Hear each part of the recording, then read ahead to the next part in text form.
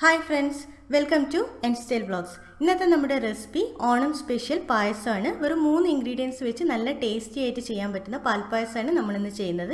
അപ്പോൾ വീഡിയോയിലേക്ക് പോകുന്നതിന് മുമ്പായിട്ട് ചാനൽ ഇതുവരെ സബ്സ്ക്രൈബ് ചെയ്യാത്ത ഫ്രണ്ട്സ് ഉണ്ടെങ്കിൽ മറക്കാതെ ഒന്ന് സബ്സ്ക്രൈബ് ചെയ്യുക. അതിൻ്റെ കൂടെ തന്നെ തൊട്ടടുത്തുള്ള ബെല്ലൈക്കൺ കൂടി ഒന്ന് പ്രസ് ചെയ്യുക. അതുപോലെ വീഡിയോ നിങ്ങൾക്ക് ഇഷ്ടമായിട്ടുണ്ടെങ്കിൽ മറക്കാതെ ഒരു ലൈക്ക് ചെയ്യണേ.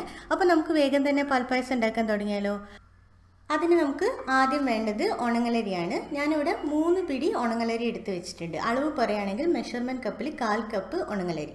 ഞാൻ മുഴുവനായിട്ടുള്ള ഉണങ്ങലരി വാങ്ങിച്ചിട്ട് മിക്സിയിൽ ഒന്ന് ക്രഷ് ചെയ്തെടുത്തതാണ്. പായസത്തിനാകുമ്പോൾ കുറച്ചൊന്ന് ക്രഷ് ചെയ്തെടുക്കുന്നതാണ് നല്ലത്. ഒരൊറ്റ പൾസ് മോഡിലൊന്ന് ചെയ്താൽ മതി. കൂടുതൽ അടിച്ചു കഴിഞ്ഞാൽ പൊടിയായിപ്പോവും. അപ്പോൾ ഇനി ഇത് നമുക്ക് 1 മണിക്കൂർ ആവശ്യത്തിന് വെള്ളം ഒഴിച്ചിട്ടൊന്ന് കുതിർത്ത് വെക്കണം. ഇങ്ങനെ കുതിർത്ത് വെക്കുമ്പോൾ അരി പെട്ടെന്ന് തന്നെ കുക്കായിട്ട് വരും. അതിന് വേണ്ടിയിട്ടാണ് ഇങ്ങനെ 1 മണിക്കൂർ വെള്ളം ഒഴിച്ച് കുതിർത്ത് വെക്കുന്നത്. ഇത് നമ്മുടെ അരി കുതിർത്ത് വെച്ചിട്ട് 1 മണിക്കൂറായിട്ടുണ്ട്. ഇതൊക്കെ കണ്ടോ, അരിയൊക്കെ നല്ല സോഫ്റ്റായിട്ട് വന്നിട്ടുണ്ട്. ഇനി നമുക്ക് പായസം ഉണ്ടാക്കാൻ തുടങ്ങാം. അതിനുവേണ്ടി ഞാനിവിടെ 3 കപ്പ് വെള്ളം ചൂടാക്കാൻ വെച്ചിട്ടുണ്ട്. വെള്ളം തിളയ്ക്കേണ്ട ആവശ്യമില്ല. ഒന്ന് ചൂടായിട്ട് വരുമ്പോൾ ഇതിലേക്ക് നമുക്ക് പാല് ചേർക്കാം. ഞാനിവിടെ 1.5 ലിറ്റർ പാലാണ് എടുത്ത് വെച്ചിട്ടുള്ളത്.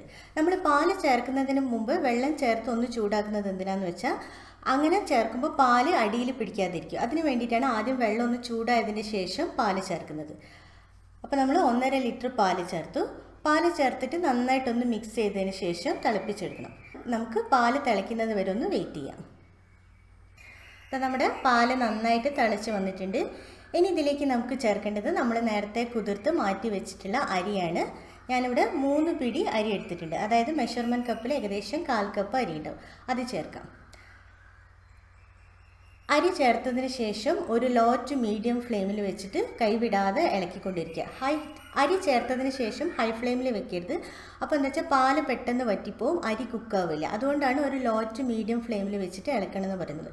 അതുപോലെ കൈവിടാതെ ഇളക്കിക്കൊണ്ടിരിക്കണം. ഇല്ലെങ്കിൽ അരി ആയതുകൊണ്ട് തന്നെ അടിയിൽ പിടിക്കാനുള്ള സാധ്യത ഉണ്ട്. ഇത് കുറച്ച് സമയം എടുക്കും. ഏകദേശം ഒരു അരമണിക്കൂർ സമയമൊക്കെ എടുക്കും അരി വെന്ത് വരാൻ വേണ്ടിയിട്ട്. ഏകദേശം അരമണിക്കൂറായിട്ടുണ്ട്. നമ്മുടെ അരി നന്നായിട്ട് കുക്കായിട്ട് വന്നു. അതുപോലെ അരിയും പാലും ഒക്കെ നന്നായിട്ട് യോജിച്ച് വന്നിട്ടുണ്ട്. അതുപോലെ നിങ്ങൾക്ക് കാണാൻ പറ്റുന്നില്ല, അതായത് ഈ ഒരു അളവ് വരെ പാലുണ്ടായിരുന്നു. ആ പാല് കുറുകിയിട്ട് നേർ പകുതി ആയിട്ടുണ്ട്. അതേപോലെ തന്നെ കുറുകി വരണം. അപ്പോഴാണ് ആ പായസത്തിന് നല്ലൊരു ടേസ്റ്റ് വരുള്ളൂ. ഇനി ഇതിലേക്ക് നമുക്ക് ചേർക്കേണ്ടത് പഞ്ചസാരയാണ്. അതുപോലെ പഞ്ചസാര ചേർക്കുന്നതിന് മുമ്പായിട്ട് പ്രത്യേകം ശ്രദ്ധിക്കേണ്ടതെന്ന് വെച്ചാൽ അരി നന്നായിട്ട് വെന്തതിന് ശേഷം മാത്രമേ പഞ്ചസാര ചേർക്കാൻ പാടുള്ളൂ. ഇല്ലെങ്കിൽ എന്താ വെച്ചാൽ മധുരം ചേർത്ത് കഴിഞ്ഞാൽ പിന്നെ അരി വേവില്ല, കല്ല് പോലെ കിടക്കും. അതുകൊണ്ട് അരി നന്നായിട്ട് വെന്തതിന് ശേഷം മാത്രം പഞ്ചസാര ചേർക്കുക. ഇത് ഞാനിവിടെ ഒരു 1.25 കപ്പ് പഞ്ചസാര ചേർക്കുന്നുണ്ട്. മെഷർമെൻറ്റ് കപ്പിൽ 1.25 കപ്പാണ് ഞാൻ എടുത്തിട്ടുള്ളത്. ഇപ്പോൾ കൈയളവ് പറയുകയാണെങ്കിൽ ഒരു 12 പിടി പഞ്ചസാര. അതുപോലെ പഞ്ചസാര ചേർത്ത് കഴിഞ്ഞാൽ പായസം ഒന്ന് ലൂസാവും. ഇനി ഇതേപോലെ ഒരു 5 മുതൽ 10 മിനിറ്റ് വരെ മീഡിയം ഫ്ലെയിമിൽ വെച്ചിട്ട് ഒന്നുകൂടി ഒന്ന് കുക്ക് ചെയ്തെടുക്കണം. അപ്പോഴാണ് ആ പഞ്ചസാരയിലുള്ള വെള്ളമൊക്കെ ഒന്ന് വറ്റിയിട്ട് ഒന്ന് കുറുകി വരുള്ളൂ. അതുപോലെ ഇത്ര മധുരം വേണ്ടാന്നുണ്ടെങ്കിൽ നിങ്ങൾക്ക് കുറച്ച് പഞ്ചസാരയുടെ അളവ് കുറയ്ക്കുക. അതല്ല ഇനി നല്ല മധുരം വേണമെന്നുണ്ടെങ്കിൽ കുറച്ചുകൂടി കൂട്ടാം. അപ്പോൾ നമുക്ക് പഞ്ചസാര ചേർത്തിട്ട് ഒരു 10 മിനിറ്റ് മീഡിയം ഫ്ലെയിമിലൊന്ന് കുറുക്കിയെടുക്കാം. പഞ്ചസാര ചേർത്തിട്ട് ഒരു 10 മിനിറ്റ് ആയിട്ടുണ്ട്. പായസമൊക്കെ ഒന്നുകൂടി ഒന്ന് നന്നായിട്ട് കുറുക്കി പഞ്ചസാരയിലെ വെള്ളമൊക്കെ വറ്റിയിട്ടുണ്ട്. ഇനി നമുക്കിതിൽ ഒരേ ഒരു ഇൻഗ്രീഡിയൻറ്റ് കൂടി ചേർത്താൽ നമുക്ക് സ്റ്റവ് ഓഫ് ചെയ്യാം. അതിന് മുമ്പായിട്ട് ഒരു കാര്യം എന്ന് വെച്ചാൽ ഞാൻ ഈ ഒരു സ്റ്റേജിൽ പായസം എടുക്കുകയാണ്. ചിലർക്ക് കുറച്ചുകൂടി ഒരു കുറുകിയ പായസമായിരിക്കും ഇഷ്ടം. അതായത് ഇലയിൽ വിളമ്പി കഴിഞ്ഞാൽ അതേപോലെ നിൽക്കുന്ന രീതിയിലുള്ളതായിരിക്കും ഇഷ്ടം. അങ്ങനെയുള്ളവർക്ക് ഒരു 10 മിനിറ്റ് കൂടി കുറുക്കിയെടുക്കാം. ഞാൻ ഈ ഒരു കൺസിസ്റ്റൻസിയിലാണ് എടുക്കുന്നത്. അതുപോലെ ഇത് നമ്മൾ ഇറക്കി വെച്ച് കഴിഞ്ഞാൽ പായസം ചൂടാറുമ്പോൾ ഒന്നുകൂടി ഒന്ന് കുറുകും. അപ്പോൾ ഒന്നുകൂടി ഒന്ന് കട്ടിയാവും. ഇനി ഇതിലേക്ക് നമുക്ക് ചേർക്കേണ്ടത് നെയ്യാണ്. ഞാനിവിടെ 2 ടീസ്പൂൺ നെയ്യ് ചേർക്കുന്നുണ്ട്.